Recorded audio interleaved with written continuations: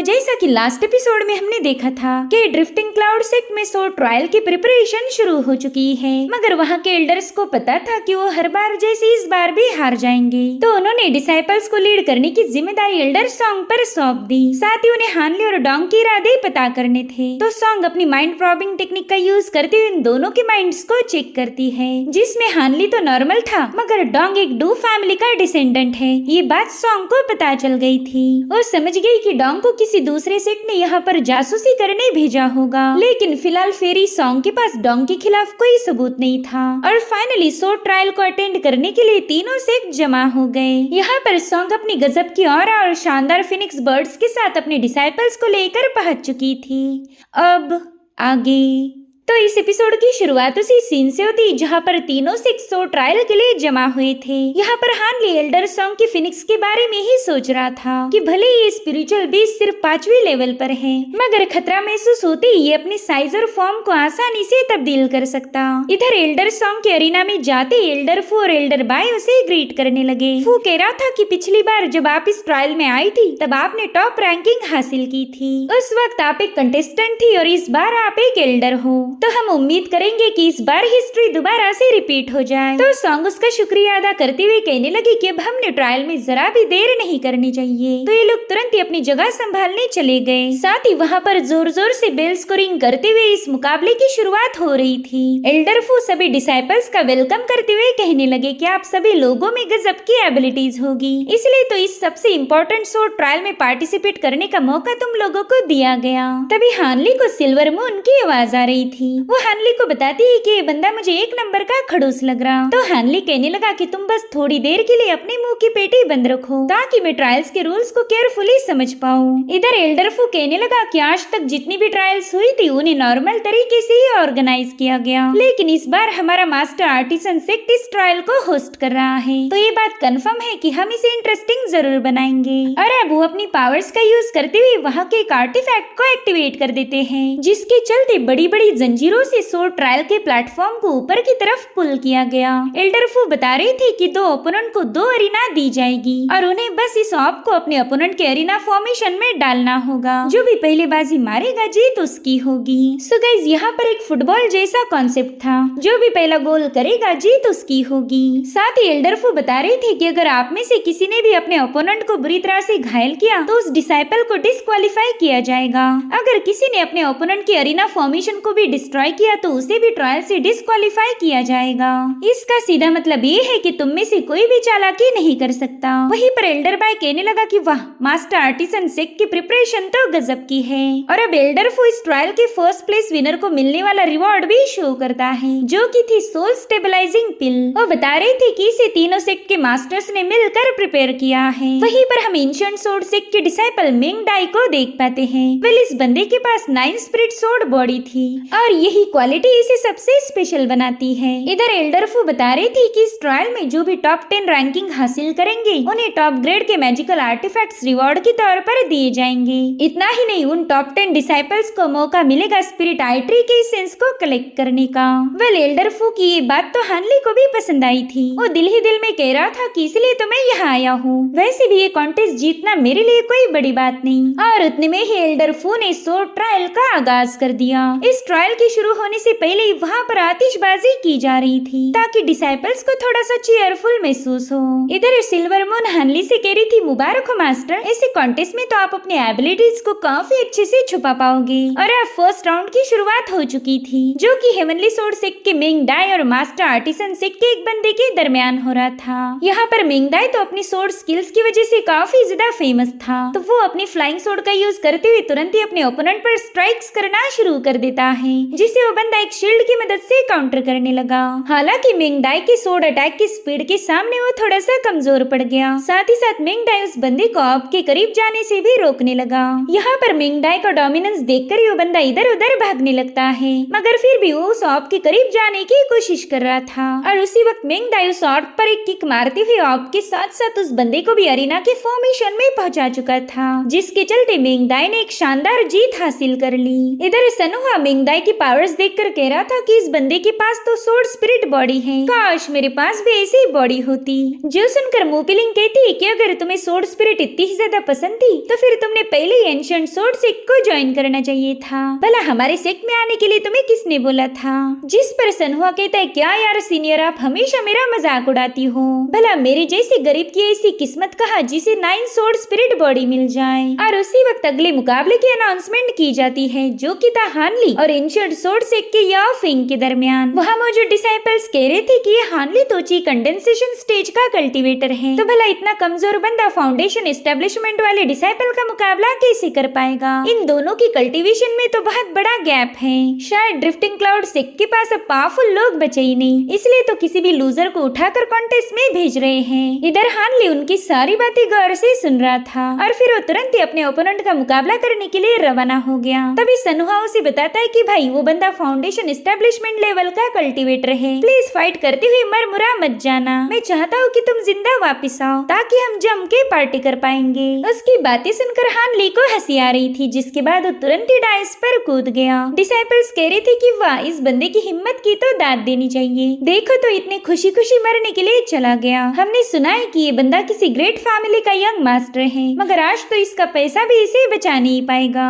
और उतने में ही हानली का ओपोनेंट बड़े ही कुल अंदाज में उसके सामने आ जाता है। वेल ये है याओ फेंग और इसने फाउंडेशन लेवल की पिक को अचीव किया था, यानी कि ये जल्द ही कोर फॉर्मेशन की शुरुआत करेगा। वहीं दूसरी तरफ एल्डर फू फेरी सॉन्ग से कहने लगा कि ये हानली तो बस ची कंडेंसेशन की 11वीं लेवल पर है, फिर इसने इतने आसानी से प्राइमरी ट्रायल को पास कैसे किया होगा? जिस पर फेरी सॉन्ग जवाब देने लगी कि जब उसने ट्रायल में पार्टिसिपेट किया था तब वो बस 10वीं लेवल पर था और अब वो पहुंच चुका है 11वीं लेवल पर, वो भी बस कुछ दिनों में। तो आप इससे हानली के टैलेंट का अंदाजा लगा सकते हो। तो उसकी बात से अग्री करते हुए एल्डर बाय कहने लगा कि फिर तो इस बंदे में कोई स्पेशल बात जरूर होगी। हालांकि एल्डर फू को इनकी बातों पर भरोसा नहीं हो रहा था, उन्हें तो यही लग रहा था कि हानली कमजोर है।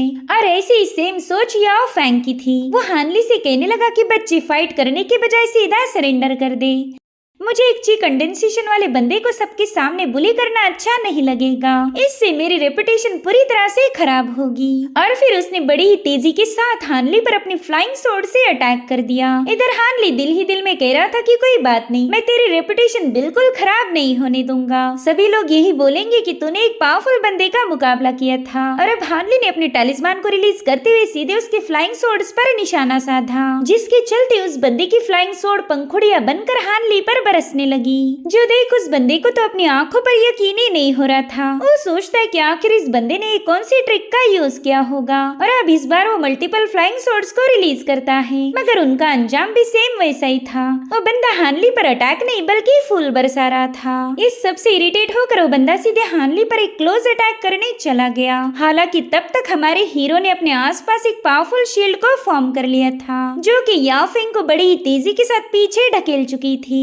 इतना ही नहीं, हानली ने यहाँ पर अपने दो हाथों से भर भर के टैलिस्मान रिलीज कर दिए, जो देखते एल्डर बाय की चाय तो गले में ही अटक गई थी। वहाँ पर इतने सारे फायर टैलिस्मान थे कि याओ फेंग को कुछ भी समझ नहीं आता कि अब उसने करना क्या चाहिए। और अब उसी फायर से एक बहुत ही विशाल फायर बर्ड इमर्ज हुआ, जो कि सीधे याओ के पीछे लग जाता है। बेचारे याओ फेंग की तो जान के लाले पड़ गए थे। वो यहाँ से वहाँ फ्लाई करते हुए हानली के फायर अटैक से खुद को बचाने लगा। और अब थोड़ी देर में उस पूरी जगह पर बहुत ही भयानक मंजर क्रिएट हो गया। हर तरफ बस आग ही आग थी। हानली के टैलिस्मान बर्स्ट होकर ये गवाही दे रहे थे कि भाई हम तो पैसे वाले लोग हैं, हमसे पंगे ना लेना। हानली को वहाँ मौजूद डिसाइपल्स की आवाजें सुनाई दे रही थी। वो कहते कि आखिर ये बंदा किस फैमिली से बिलोंग करता होगा, ये तो टैलिस्मान को ऐसे उड़ा रहा है मानो फ्री में मिलते हो। इतना पैसे वाला रईस बंदा तो हमने आज तक नहीं देखा था। अब इन लोगों को क्या ही पता कि ये टैलिस्मान तो हानली ने खुद की फैक्ट्री में प्रिपेयर किए थे। हानली टाइम पास करने के लिए ही तो इन्हें ड्रॉ करता था ताकि उसे बोर ना हो। और अब हानली बड़ी स्टाइल के साथ उस ऑर्ब के साथ खेलते हुए उसे याओ फेंग के अरीना की तरफ थ्रो कर देता है। वो बॉल याओ फेंग के पास से गुजर गया, मगर याओ फेंग में इतना दम नहीं था कि उसे रोक पाए।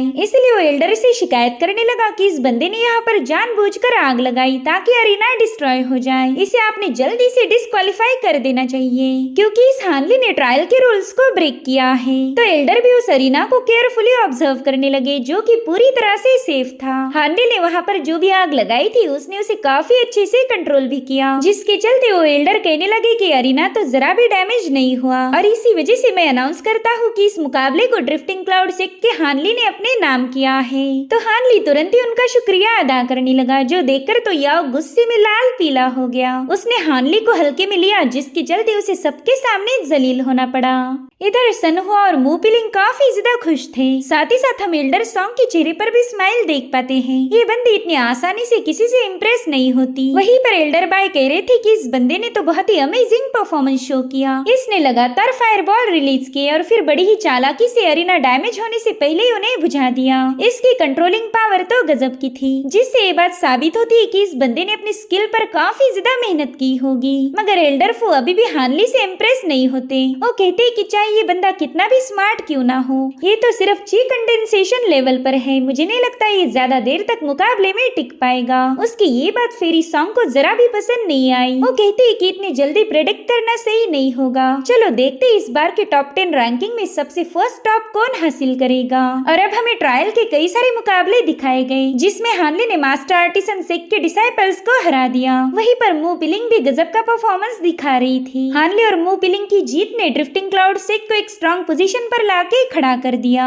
इधर हानली तो अपनी फायरबॉल से बस दिवाली सेलिब्रेट किए जा रहा था। उसने पहले आग लगाई और फिर ओपोनेंट पर डोमिनेंस साबित करने के बाद उस आग को खुद ही बुझा दिया।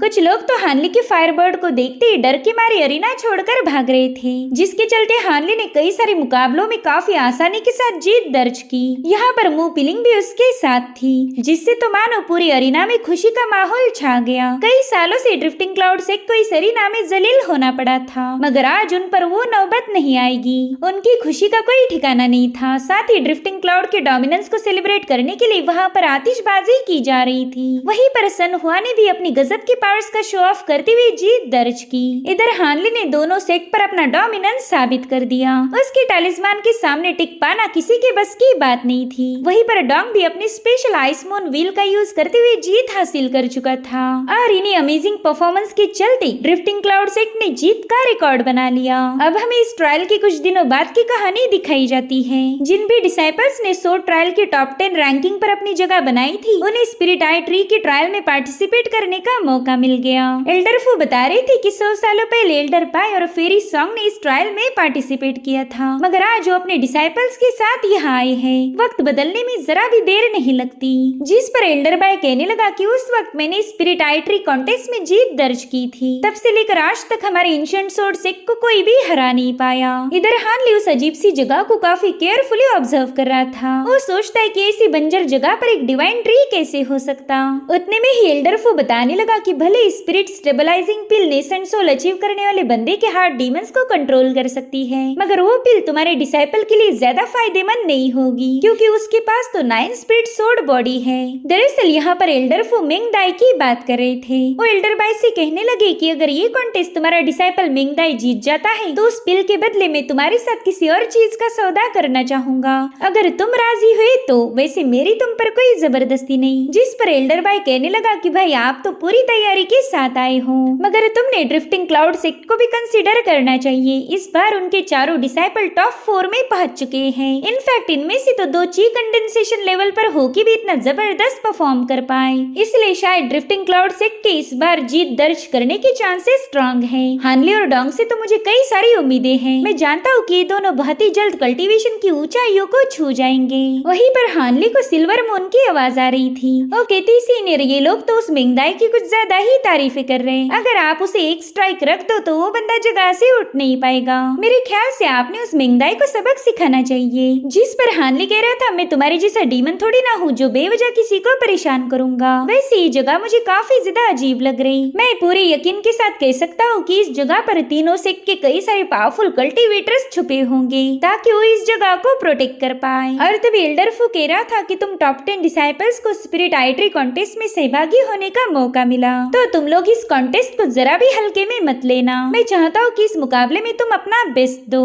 जिसके बाद वो तीनों एल्डर्स मिलकर अपने अपने टोकन के पावर्स को रिलीज करते हुए वहाँ सेटअप किए हुए इल्यूजन को हटा देते हैं, जिससे वो रियल जगह सबके सामने आ गई। हानली तो उसे देख कर ही हैरान था। साथ ही वो वहाँ लगे रेस्ट्रिक्शन की भी तारीफ करता है, क्योंकि उस रेस्ट्रिक्शन ने इस डिवाइन पेड़ के ऑरा को काफी अच्छे तरीके से हाइड करके रखा था। हानली सोचता है कि अगर मुझे मौका मिला तो मैं इस पेड़ को केयरफुली स्टडी करना चाहूंगा। सिल्वर मून उसे बता रही थी कि ये पेड़ तो हजारों साल पुराना है। यहाँ पर ग्रेट वॉर हुई थी, मगर उसमें भी ये पेड़ सरवाइव कर पाया। और उतने में ही अचानक से सिल्वर मून को काफी ज्यादा तकलीफ होने लगती है। हानली उससे पूछ रहा था कि तुम ठीक हो ना, तुम्हें अचानक से क्या हो गया? जिस पर सिल्वर मून बताने लगी कि मेरे सिर में काफी तेज दर्द हो रहा, मगर आप मेरी फिक्र बिल्कुल मत कीजिए, आप बस इस ट्रायल पर फोकस करना। जिसके बाद ये लोग वहाँ मौजूद एक और बैरियर में एंटर करते हैं, जिससे ये लोग स्पिरिट आई ट्री के काफी करीब पहुँच चुके थे। वहाँ पर हम हजारों लाखों एनर्जी स्ट्रिंग्स को देख पाते हैं, जो कि उस पेड़ से कनेक्टेड थी। हानली सोच रहा था कि ये पेड़ इतना ज्यादा स्पेशल है कि इसे गार्ड करने के लिए तीनों सेक्ट एक साथ मिलकर इसकी हिफाजत करते आए। साथ ही यहाँ पर हानली का स्पिरिचुअल सेंस भी कमजोर पड़ने लगा था। और अब हमें एक बहुत ही बड़ा शतरंज का बोर्ड दिखाया जाता है। साथ ही हमें इंट्रोड्यूस किया गया एक बहुत ही स्पेशल कैरेक्टर से।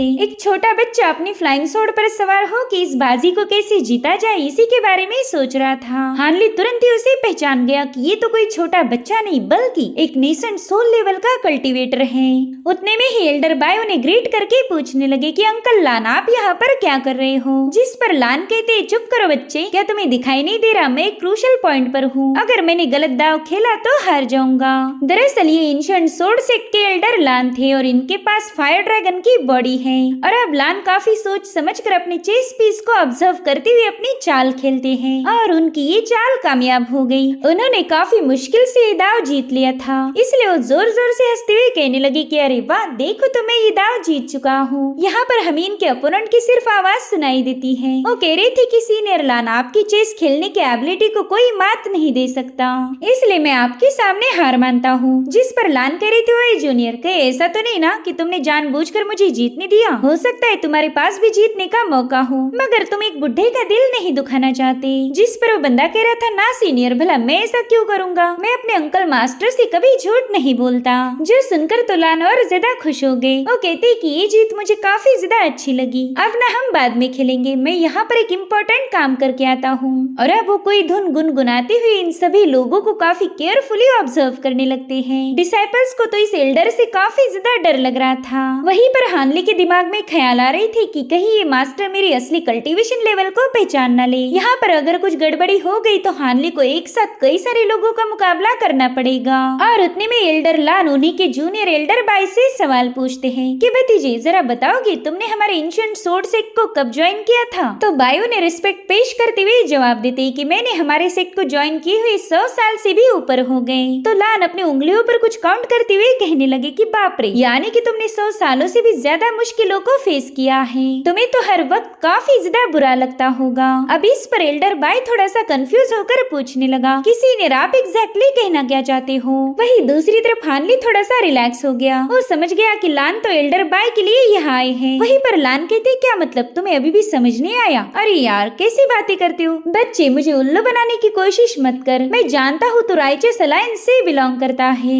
उनके हाउरियन पवेलियन के मास्टर के तुम सबसे लास्ट डिसाइपल हो, मगर फिर भी तुम इतने सालों से हमारे सेक्ट में टिक गए। क्या तुम्हें अपने पुराने मास्टर की याद नहीं आती? मेरे ख्याल से बहुत आती होंगी, तो बताओ फिर तुम उससे मिलने कब गए थे? अब ये सारी बातें सुनने के बाद सभी लोग काफी ज्यादा शॉक होकर एल्डर बाय को घूरने लगे। दरअसल एल्डर बाय किसी और प्रोमिनेंट अलायंस का मेंबर था, मगर शायद यहाँ पर वो उनका जासूस बन के रहता आया। एल्डर फूबी उससे कह रहा था कि मेरे दोस्त अगर ये बात सच है तो प्लीज अपनी गलती मानकर माफी मांगो, शायद अंकल लान तुम्हें माफ कर दे, अंकल के सामने कोई बेवकूफी मत करना। सो गाइस यहाँ पर हमेशा एल्डर फू को सस्पिशन के घेरे में दिखाया गया, मगर असली कल्प्रिट तो एल्डर बाय था। वो एल्डर फू से कहता है मेरे दोस्त मैं हमेशा तुझे लेक्चर देता आया हूँ, कभी लगा नहीं था कि तेरे से लेक्चर सुनने को मिलेगा। और अब वो अपने व्हाइट शी पावर को एक्टिवेट करते हुए अपने ही डिसाइपल मिंग दाई को दबोच लेता है। एल्डर बाय इतना ज्यादा तेज था कि किसी को कोई एक्शन लेने का मौका ही नहीं मिला, मगर तभी अचानक से एल्डर बाय को पीछे की तरफ पुश कर दिया गया। वो एक ही सेकंड के अंदर बेहोश हो चुका था, जो देखकर तो ये सभी लोग हैरान हो गए और सबसे ज्यादा शॉक तो हानली था। वो इस सारे इवेंट को दोबारा से केयरफुली याद करने की कोशिश करने लगा। जैसे एल्डर बाय ने मिंग दाई पर कब्जा किया उसी वक्त सोर्ड पावर उसमें एंटर कर चुकी थी, जो कि एक सिल्क के धागे से भी पतली है। वेले सोर्ड कल्टीवेशन पाथ की सबसे एडवांस और खतरनाक टेक्निक थी और इन सभी सिल्क थ्रेड का कंट्रोल था एल्डर एल्डर लान के हाथ में। इससे हम लान की पावर का अंदाजा लगा सकते हैं। एल्डर लान बाई से कह रहे थे कि तुमने हमारी सेक्ट की सुप्रीम वाइट ची ट्रांसफॉर्मेशन टेक्निक का यूज हमारी ही डिसाइपल के खिलाफ किया। क्या तुम्हें ऐसा करने में जरा भी शर्म नहीं आई? इस सुप्रीम टेक्निक को हमारे दुश्मनों के लिए डिजाइन किया था और तुम उसी से हमारे ही डिसाइपल को मारना चाहते थे, इसीलिए मुझे तुम्हें बेहोश करना पड़ा। खैर बहुत हो गया तमाशा। सिपाहियों, जल्दी से इस कमबख्त को मेरी ड्रैगन ट्रैप के में कैद रखो। जैसे ही हम सभी एल्डर्स यहाँ के कामों से फ्री हो जाएंगे तब इसे क्या पनिशमेंट देनी चाहिए इसके बारे में डिसीजन लिया जाएगा। फिलहाल के लिए इसे मेरी नजरों से दूर रखना। तो सिपाही एल्डर बाय को लेकर तुरंत ही वहाँ से रवाना हो गए। इधर हानली सोच रहा था कि ये बंदा नेसेंट सोल स्टेज पर है, जिसने सोडची को इस कदर रिफाइन किया कि एक सोड एक धागे से भी पतली हो गई। इस एल्डर की पावर तो इनक्रेडिबल है। खैर अभी भी डोंग की असलियत किसी के सामने नहीं आई। पता नहीं इसका बैकग्राउंड क्या होगा। मगर एल्डर लान ने डोंग पर तवज्जो नहीं दी। वो कहते चलो चलो जगह खाली करो, इस बुढ़े को गेम पर ध्यान देना है। मैं एक बार फिर से मेरे दोस्त को हराना चाहता हूँ। और फिर वो अपनी उसी चीयरफुल अंदाज में शतरंज का दूसरा दाव शुरू कर चुके। गाइस, क्या आपको लगता है कि नेसेंट सोल स्टेज का कल्टीवेटर लान हानली के लिए खतरा होगा या फिर ये काम डोंग करेगा? आपके ओपिनियंस मुझे कमेंट करके जरूर बताना। तो चलो इसी के साथ इस वीडियो को यहीं पर एंड करते हैं। Thank you so much for watching. Bye bye, take care.